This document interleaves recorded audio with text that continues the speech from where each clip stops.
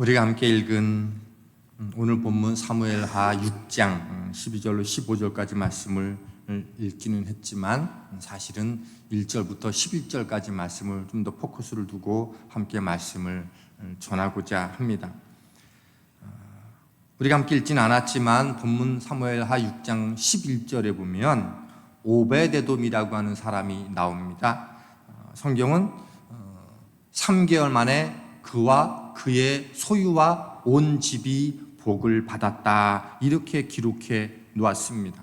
그리고 역대상 26장 8절에 오베데돔의 가문을 소개하고 있는데 그 구절을 보면 아들을 62명 정도를 낳았습니다. 그런데 다 능력이 있었고 직무를 잘 감당하는 사람이었고 그 중에는 용사도 있었다 이렇게 기록하고 있습니다. 62명 정도의 자녀를 두었으면 많은 가지, 그죠? 가지 많은 그 나무에 바람 잘 날 없다고 적어도 한두 명 정도 뭔가 빗나가거나 이렇게 좀 잘못된 자녀들이 있을 만한데 이 가정은 전혀 그렇지 않았다고 기록해 놓았습니다. 도대체 오베데돔이 어떻게 살았길래 그리고 그 자녀들을 어떻게 가르쳤길래 그의 온 집이 복받고 소유도 복받으며 온 가문의 자녀들이 복된 자녀들이 될 수 있었을까요? 성경에는 오베데돔이 어떻게 살았는지는 기록해 놓지 않지만 그러나 미루어 짐작할 수 있고 또 하나는 그 자녀들이 복받았다는 그 이유 한 가지만으로도 부모의 삶을 우리가 충분히 짐작할 수 있습니다. 첫 번째 좀 생각해 보고 싶은 말씀은 이것입니다. 오베데돔은 언약의 말씀을 분명하게 붙드는 사람이었다라는 겁니다.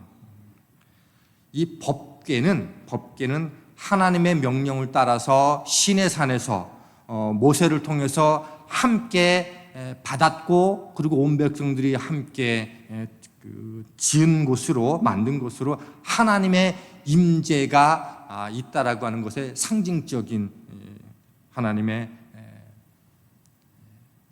궤입니다. 이 법궤가 이스라엘 백성들의 삶의 중심이 되었고 광야길을 걸어갈 때 이동할 때 늘 법궤가 제일 먼저 앞에 행했고 멈춰 섰을 때는 법궤를 중심으로 동서남북의 12지파가 진을 쳐서 살았습니다. 그리고 가나안 땅에 들어갔을 때는 이 성막이 있는 법궤가 있는 이 성막에 이 실로에 하나님의 그 예배 초소가 마련이 됐습니다. 그런 이 법궤를 가지고 엘리 제사장 때에 블레셋과 싸울 때에 그들의 그 지난 과거의 경험 속에서 법궤의 의미를 잘 헤아리지 못하고 법궤가 마치 부적인 것처럼 법궤만 있으면 모든 전쟁에서 이길 거라고 오해했던 이 백성들이 블레셋과 전쟁에서 법궤를 가지고 나갔다가 그만 전쟁에서 패하고 법궤도 블레셋에게 빼앗기는 일들이 일어납니다. 근데 신비롭게도 이 블레셋이 이 법궤를 놓은 그곳마다 심각한 재앙이 일어나는 일들이 일어나게 되자 이 블레셋 사람들은 이스라엘 땅 벳세메스로 이 법궤를 태워서 보냅니다. 그리고 벳세메스 사람들이 호기심에 법궤에 무엇이 들어있는가 열어보다가 그 열어본 사람들이 다 죽임을 당합니다. 그리고 우여곡절 끝에 기랏 여아림이라고 하는 곳에 아비나답의 집에 70년 동안 법궤가 모셔지게 됩니다. 그리고 사울의 뒤를 이어 다윗이 이제 왕이 됩니다. 그리고 제일 먼저 한 일이 법궤를 자기의 집으로 장막으로 옮기는 일입니다. 내가 왕이 되어서 내가 이제까지 평생 지금까지 살아오면서 하나님의 매 순간순간마다 나에게 은혜를 베풀어 주셨기 때문에 오늘 내가 살게 되었고 왕이 되었는데 왕 되는 나는 이렇게 좋은 집에 살고 있는데 어떻게 이 하나님께서 누추한 곳에 법궤를 임재의 상징인 그곳에 머물게 할 수 있을까? 그게 도저히 용납이 되지 않아서 3만 명의 사람들을 동원해서, 그리고 아비나답의 집에 있었던 그 두 아들 우사와 아요를 수레를 따라서 이렇게 함께 다윗의 장막에 모시도록 그렇게 소를 데리고, 그리고 수레에 실어서 끌고 모시고 오는 과정에 있었습니다. 그런데 나곤이라고 하는 사람의 타작마당에, 요즘으로 말하면 마당쯤 되는 거죠. 그 마당쯤 지나치는 순간에 갑자기 나귀가, 소가 걷잡을 수 없이 요동치게 되자 그 법궤가 떨어질까 봐 걱정한 나머지 우사가 법궤를 잡고는 그 상황에서 바로 즉사하게 됩니다. 그 사실을 깨닫고 다윗이 두려운 나머지 법궤를 모시고 오는 것을 그만두고, 그리고 그 근처에 있던 오베데돔이라는 사람의 집에 이 법궤가 옮겨지게 됩니다.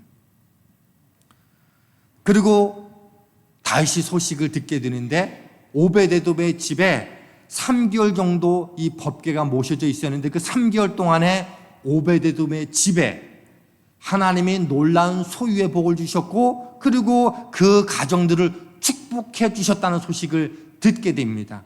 그리고는 이 법궤를 내가 모시고 오는 게 맞는 일이네 라고 생각을 하고 다시금 법궤를 모셔서 다윗의 장막에 모시는 내용, 그게 오늘 우리가 함께 읽은 본문의 내용입니다. 제가 오늘 주목한 것은 어떻게 아비나답의 집에서는 70년 동안 법궤를 모셨는데 어떤 소유와 축복의 소식이 없는데 3개월 동안만 내 집에 법궤를 모셨는데 그 오베데돔의 집에서는 복이 임했을까라는 겁니다. 숫자로만 따져도 3개월에 3이면 70년이면 780달이 되는 건데 3과 780은 비교가 되지 않아요. 내가 복을 받으려면 적어도 20년, 30년, 40년 1대, 2대, 3대를 거쳐서 믿음의 길을 걸어가는 사람이 복을 받아야지, 이제가 신앙생활한 사람이 복을 받는다는 거 이해할 수 없는 노릇일 수 있는 거죠.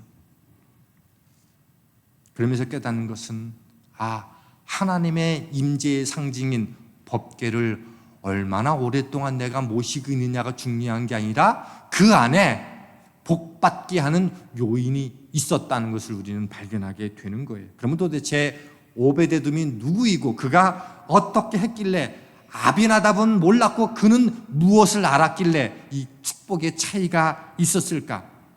오베데돔은 무엇을 알았길래, 다윗은 무엇을 몰랐길래 그런 낭패 일들을 경험했고, 다시금 다윗이 무엇을 알았길래 그 법궤를 장막에 다시금 모시려고 했을까라는 겁니다. 오베데돔은요, 레위 지파 가운데 고핫 자손의 후손입니다. 고핫 자손은 무엇을 담당한 사람인가 하면, 이스라엘 백성들이 광야 생활을 할 때에 그 법궤를 옮겨갈 때 그것을 책임지고 정리하고 다시금 세팅하고, 그리고 법궤를 옮길 때 그 고핫 자손이 어깨에 메고 그것을 감당했던 그 집안의 후손들입니다. 그러니까 이 오베데돔의 이 가문은 법궤에 관한 한 하나님의 언약과 하나님의 말씀과 본의가 무엇인지를 정확하게 배우고 준비되고 훈련된 사람들이라고 하는 거예요. 그렇지 않습니까? 법궤를 제사장들이 매는데 특히 고핫 자손들이 매는데 자손들이 한두 명이 아니니까 그때마다 이게 순번을 번갈아 가면서 하기 때문에 내가 법궤를 매든 안 매든, 내가 법궤를 보았든 안 보았든 상관없이 늘 법궤에 대한 철저한 준비가 되어 있어야 되는 거예요.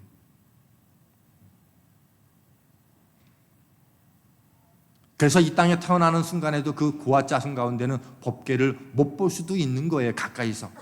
그렇지만 늘 준비되어 있어야 되는 거예요. 언제 제비가 뽑혀져서 그것을 내가 감당할 수 있는 하나님의 사람들로 세워지는지, 그거는 하나님만이 아시기 때문에 늘 준비되어 있어야 되는 거예요. 그게 고핫 자손으로부터 쭉 후대를 이어서 오베데돔의 때 오기까지 그는 그 법궤에 대한 철저한 준비가 돼 있었던 겁니다. 한 번도 제대로 본 적은 없지만 내게 법궤를 모실 수 있는 기회가 주어졌을 때 어떻게 법궤를 대해야 되는지, 하나님의 말씀과 하나님의 언약을 내가 어떻게 가슴에 담고 내 가정에 품고 있어야 되는지를 정확하게 알고 있었던 사람입니다. 역대상 13장 14절은요, 오베데돔을 그의 가족과 함께라고 기록해 놓고 있어요. 하나님의 궤가 오베데돔의 집에서 그의 가족과 함께, 오베데돔과 함께 했던 것이 아니고 그의 집에서 그의 가족과 함께 석 달을 있었다라고 증거해 주고 있어요. 무슨 얘기일까요? 오베데돔이 법궤를 향한 마음이나 그 가족들이, 자녀들이 법궤를 향하는 마음이 똑같았었다는 거예요. 아버지의 신앙과 자녀들의 신앙이 똑같았다는 거예요.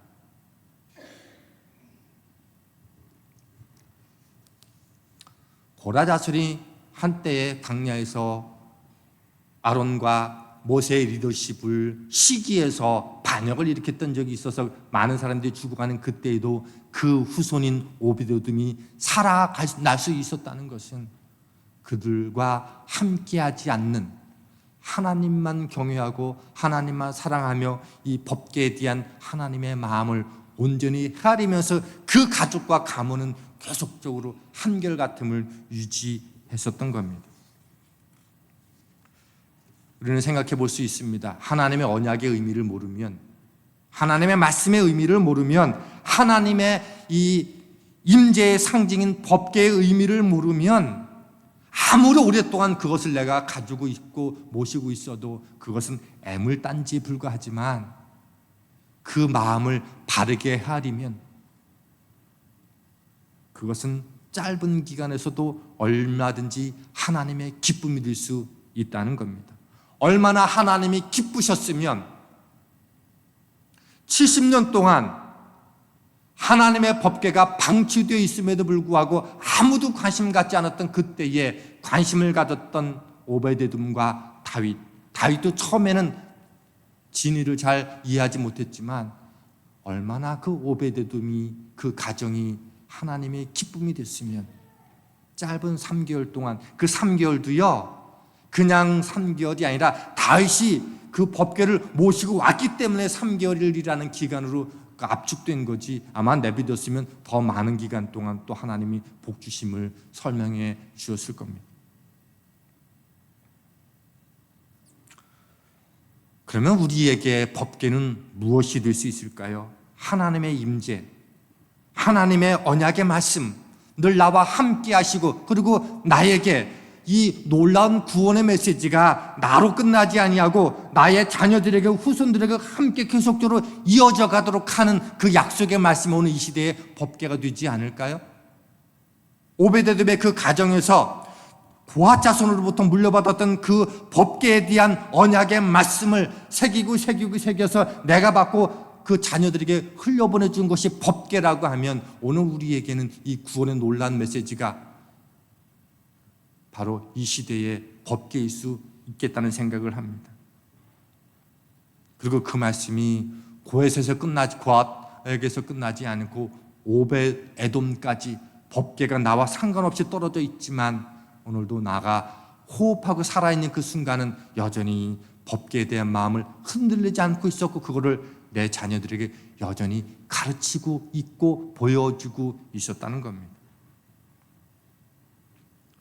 의미를 모르면 수십 년 신앙생활을 해도요 그냥 추석하는 것으로 끝나지만 다른 의미를 알게 되면, 그러면 나 홀로 신앙으로 끝나는 게 아니고 그렇게 조상과 나와 자녀들에게 그렇게 하나님의 말씀이 흘러가도록 만들어가는 것, 그 의미가 오늘 우리 가운데 살아있게 될 때 그것은 축복이 될 수 있다는 겁니다. 다윗이 왕되기 전에 수많은 생명 앞에서, 수많은 생명의 위협 앞에서 견딜 수 있었던 것은 하나님 때문이었습니다. 그래서 그의 소원은 내가 왕이 되면 하나님의 법궤를 제대로 된 곳에 모시겠다고 생각하고 그리고 그 앞에서 마음껏 예배하는 거였어요. 그래서 왕이 되자마자 법궤를 모시고 오고 싶었어요. 그 열정이 법궤를 가지고 오도록 했지만 결과는 참담했어요. 아비나답의 아들이 죽었습니다. 자신도 두려웠어요. 오베데돔이 3개월 동안에 복받은 얘기를 듣는 그 순간에 다윗이 무엇을 생각했을까요? 왜 아비나답은 그랬고 왜 오베데돔은 그런 하나님의 은혜를 받았을까?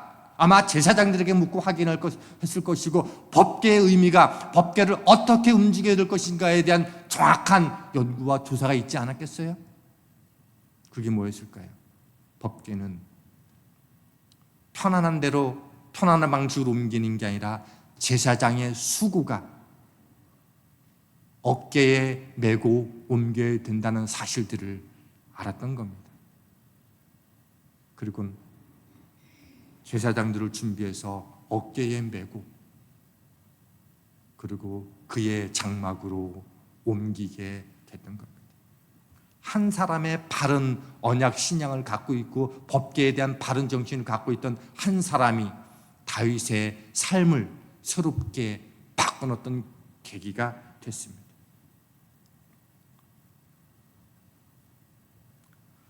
아비나답의 아들이 죽었지만 사실은요 다윗에게 경고한 거예요. 열정보다 중요한 게 뭐다? 그 법궤에 대한 바른 내용을 알고 있고 하나님의 기쁨이 어디에 있는지를 모르면 열정이 얼마나 위험할 수 있는지를 우리에게 보여주고 있는 겁니다. 열정보다 중요한 것은요 내용이고 방향성이라는 거예요. 오베데돔은 이에 대해서 바른 이해를 가지고 있었어요. 오베데돔은 법궤를 모시지 않을 때도 몰랐을 때도 늘 준비된 사람이었고 내게 기회가 주어졌을 때 그것을 하나님의 기쁨이 되는 방식으로 법궤를 모셨던 겁니다. 그 법궤를 대한 오베데돔의 그 태도가 얼마나 정성스럽고 신실했으며 삶 자체였는지 그것을 지켜보는 아들이 동일하게 그것을 닮아갔다는 거예요. 그래서 성경의 언약은 늘 어떻게 우리에게 주어지는가 하면 아버지에게 주신 언약을 그 자녀들이 아버지가 그 따라갔던 믿음의 길들을 온전히 따라가게 될 때에 아버지에게 주신 약속이 자녀들에게 그대로 축복으로 주어진다는 거예요.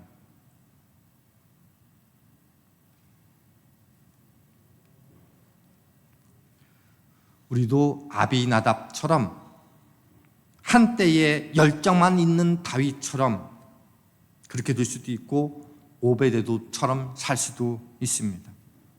바른 준비 없으면 70년이 허사가 될 수 있고 바른 준비로 바른 하나님의 말씀을 어떻게 새기고 그것들을 가족에서 함께 신앙으로 묶어내는지가 전혀 다른 인생으로 우리를 바꿀 수도 있다는 겁니다. 하나님은 석 달만으로도 준비된 한 가정과 가문과 후손에게 얼마든지 복된 인생으로 바뀔 수 있음을 우리에게 보여줍니다. 그러니 이 석 달은 뭐라고 생각하십니까? 오베데돔의 가정에서 고핫 조상으로부터 이어져 내려오는 하나님의 언약의 물줄기가 그에게 어떻게 잘 전수가 됐고 그 자녀들에게 어떻게 잘 전수되고 있는지를 보여주는 결과가 그냥 3개월일 것뿐이에요.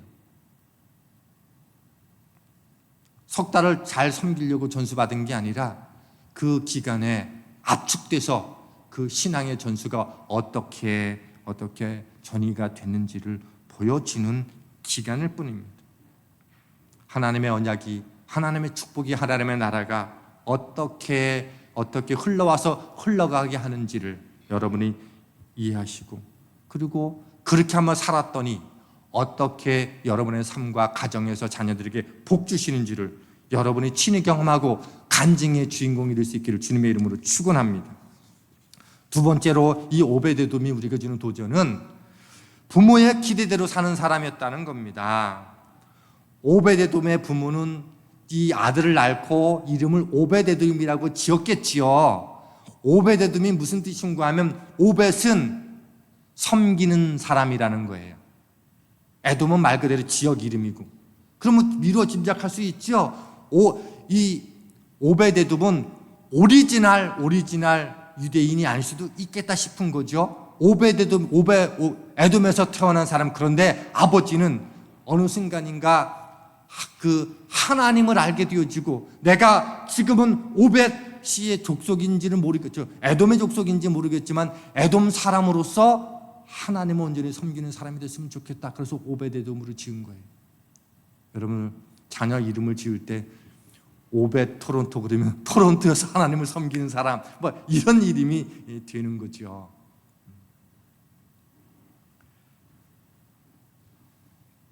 모든 부모는 자녀가 기대대로 되어지기를 원하지만 사실 그렇게 산다는 게 쉽지 않아요.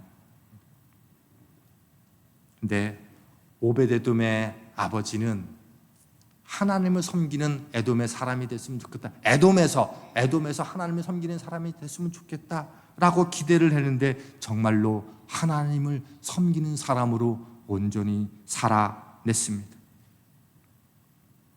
근데 그 자녀가 함께 복을 받았다고 하는 것은 부모가 산 삶의 흔적이 자녀들에게 그대로 이어졌다는 겁니다. 아무도 법궤를 섬기려고 하지 않을 때 오벳에돔은 기회가 왔을 때 그것을 붙잡았고, 그리고 그 붙잡은 자의 자리에서 어떻게 살았는지 그거를 자녀들이 그대로 보았다는 거예요. 오벳에돔은 자녀 62명이 아버지 오벳에돔이 할아버지의 기대대로 하나님을 경외하는 자로 살아가는 것을 매 순간마다 보았고, 그리고 그 구체적인 실제가 법궤를 모시는 그 3개월 동안의 기간이었음을 우리에게 보여주는 거지요. 섬기는 자, 하나님을 경외하는 자의 삶이 하이라이트는 눈앞에 보이는 하나님의 임재의 상징인 법궤를 바르게 섬기는 거였어요. 섬겼더니 부모가 어떻게 신실하게 살아가고 어떻게 하나님 앞에서 기쁨이 되는지를 눈으로 본 자녀들은 자신도 그대로 본받고 살아갔던 거예요. 그리고 그것이 하루아침에 되어진 결과가 아니라는 것을 알았기 때문에 하나님은 그 자녀들을 복된 사람으로 불러주셨어요.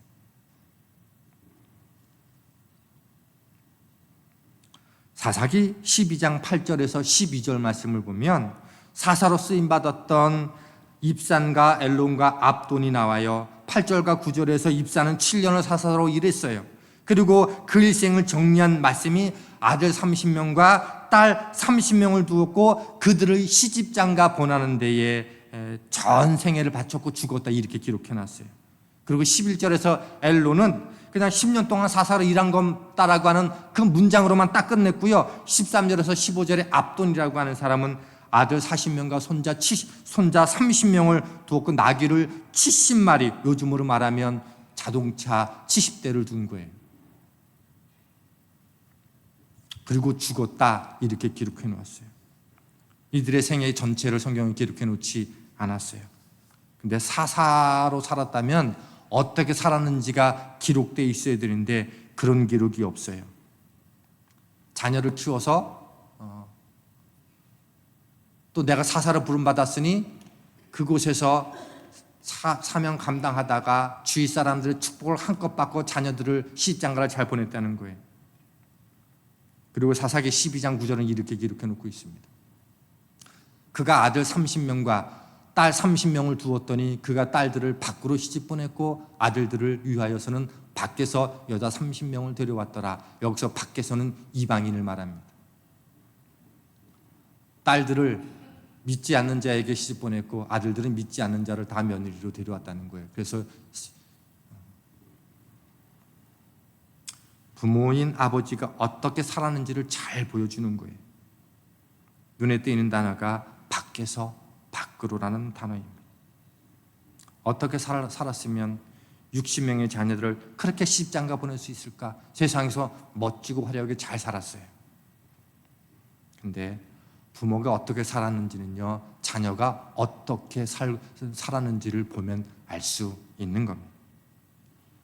오벳에돔은 그의 부모가 섬기는 자가 되라고 이름을 짓고 오벳에돔은 그의 기대대로, 부모님의 기대대로 살았고, 그리고 자신 역시 바르게 사는 결과 자녀들이 복된 삶을 살았습니다.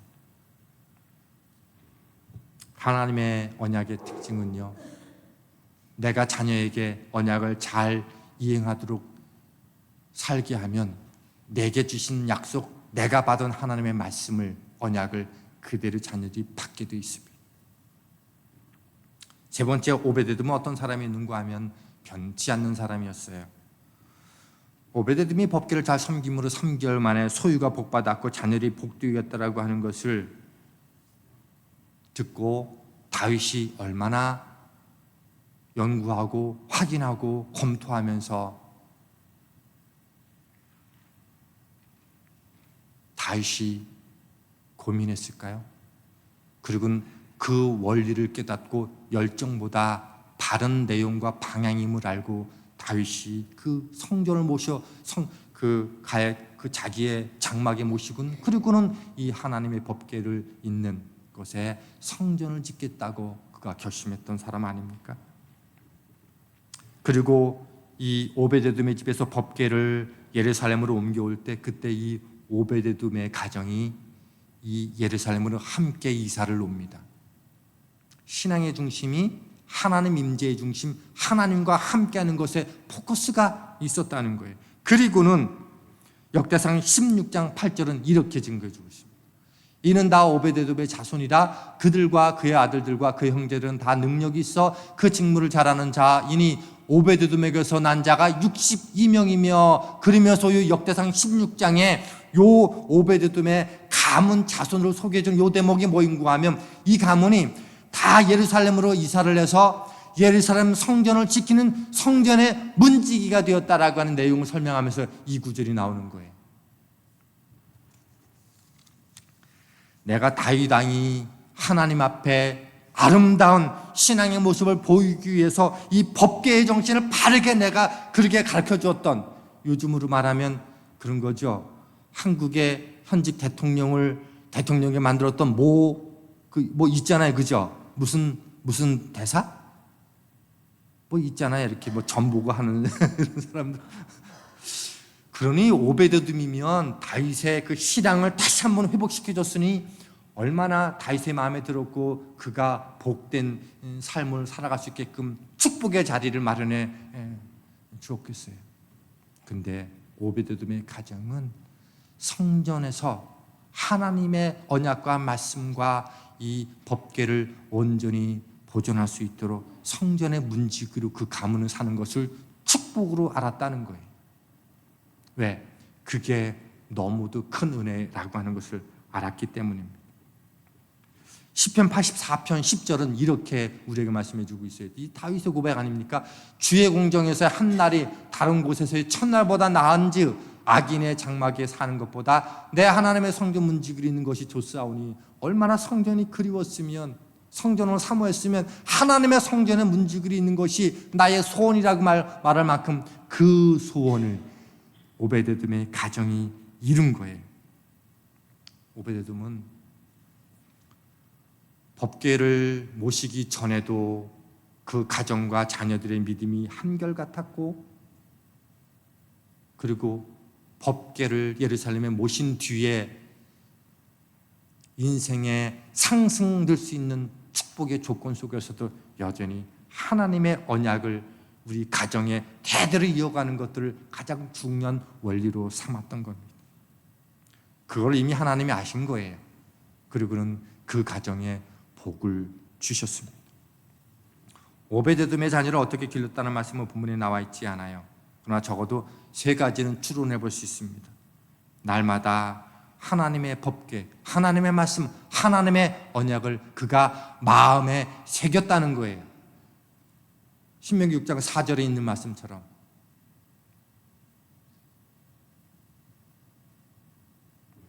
그리고 자신이 그 기대대로 살았어요. 너는 말씀을 마음에 새기고, 그리고 그 자녀에게 가르쳤다는 거예요.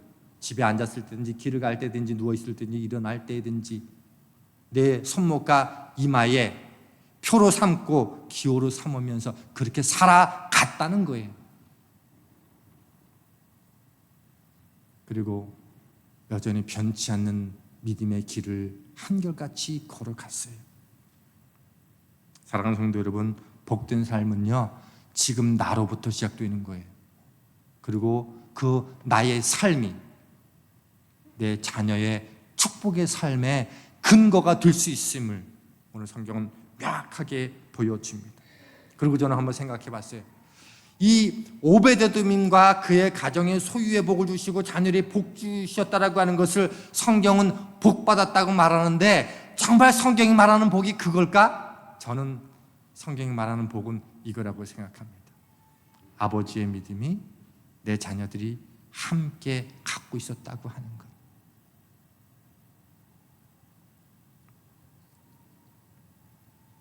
여러분의 삶은 여러분 자신만의 것이 아닙니다. 여러분의 신앙은요, 여러분의 것만이 아닙니다. 여러분의 자녀들에게 어떻게 그 신앙이 함께 이어져 가게 되어드는지, 오늘 오베데돔은 그 법계의 정신이, 하나님의 임재의 정신이 어떻게 흘러가야 되는지를 자신뿐만 아니라 자녀들에게 명확하게 흘려보냈습니다. 그게 저는 복 중에 복이라고 생각합니다. 바라기는 오늘 예배드린 여러분의 이 시대의 오벳에돔 같은 삶과 여러분의 가문의 축복이 되기를 소원합니다. 오벳에돔의 삶이 다윗에게 거룩한 영향을 미칠 수 있었던 것처럼 여러분의 삶이 또 누군가의 이웃에게 거룩한 영향을 미쳐서 한 나라의 왕조차도 감격하고 감동케 하며 열정 위에 발음을 함께 첨가시켰던 다윗의 삶으로 만들었던 것처럼 여러분의 삶을 통해서 누군가를 그렇게 또 세워갈 수 있는 복된 삶이 될 수 있다면 그거야말로 복이겠다. 그런 복을 함께 기대하고 소망하며 살아가는 저와 여러분 될 수 있기를 주님의 이름으로 축원합니다. 우리 함께 좀 찬양하기를 원합니다. 하나님, 내 삶으로 주님의 기쁨이 되기를 원합니다. 내 신앙이 내 자녀들을 함께 흘러가는 기쁨이 나에게도 우리에게도 있기를 원합니다. 우리 그 마음으로 이 찬양 함께 좀 부르기를 원합니다.